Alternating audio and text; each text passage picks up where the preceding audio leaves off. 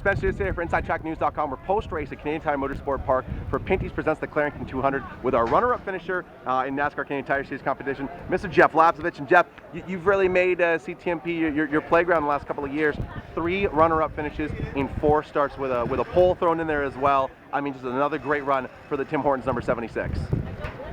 You know, we seem to really get around this place pretty good. I think today, if things had gone a little different, you know, I got no one to blame but myself. I got a pit road penalty, had to come in for an extra drive-through, and the guys made a good call to, you know, we just took 2 tires instead of 4 to make up the track position that I had lost, and it was a great call by the crew.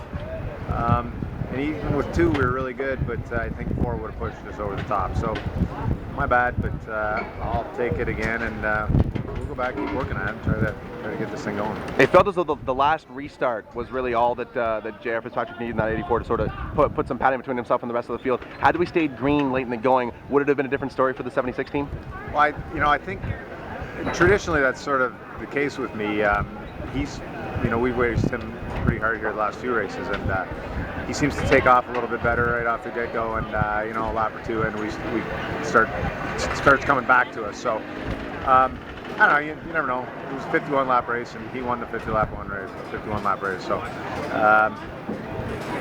they were definitely the class of the field today. When you get on a hot streak at a speedway, like what you've been able to do here at CTMP the last 2 seasons, do you sort of go back to the same setup with each passing start, or do you try to do different things and try to pad the notebook a little bit? Or did you go back to what you were using here in the spring, or was this something totally different today? No, we did actually. We came back with exactly what we started with last time we were here, and I think that we probably should have started with what we ended up with. That might have hurt us a little bit, but. We had a transmission problem in the first practice, so we sort of missed that first practice, and we got a little behind on adjustments compared to the rest of them. Come race time, I think we were as quicker than most of them. So, but we didn't qualify as well as we would have liked. I think had we had that other practice, it might have been a little bit better. Now we're looking forward to we're getting back to oval race now to wind down the schedule.